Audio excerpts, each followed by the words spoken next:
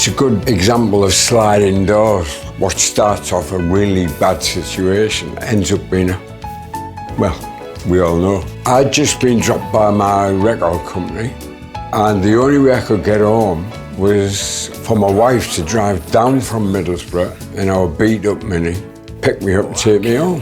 At that moment, it was a dreadful night. The record company weren't keen about anything. We were in Abbey Road using an empty studio. That's how bad we got, because they wouldn't pay. They wouldn't give me a ticket home on the train. So the only way I could get home for Christmas was Joan to come and pick me up, and that's what she did. And it took us about, 5-6 hours. Normally it would be 2.5 hours. We had snowdrifts near Nottingham. We got home and I'd always have these bits of paper with things. And there it was in the footwell.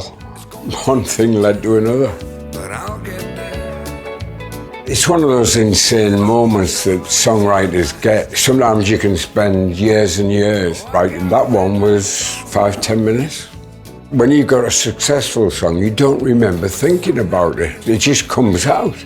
We just started to be known for the guitar playing. I didn't need a Christmas song hanging around at that point. I did everything I could to get them not to release that record. Thankfully, they did.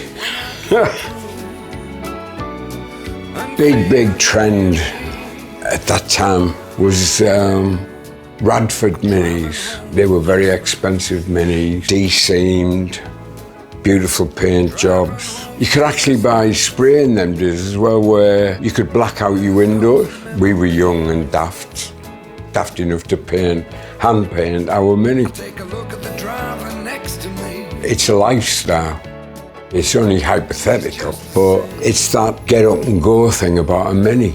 Mini racers always seem to be happy. There's something cheeky, funny. Even now, they're not as small as they used to be, but the attitude is still there. There's something positive and young about a Mini. It was never a single. It's quite strange. I mean, we didn't even have it on record. And then it came out with the best of, and it took off from there. People say, hit records. I haven't got a clue how to write a hit record. If I could write a hit record, I'd write one every week.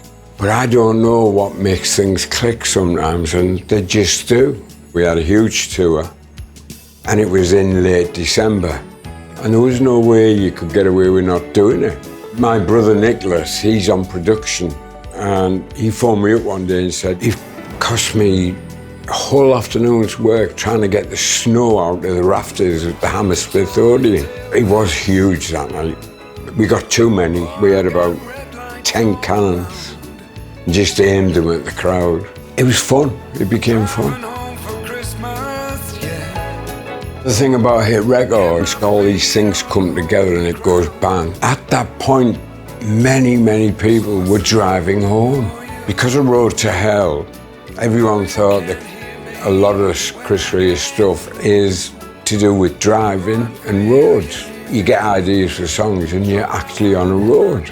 The road always becomes a metaphor for where we're going in life. So driving home for Christmas, Warner Brothers thought, jing, that's perfect. That'll be Chris Rea's next record.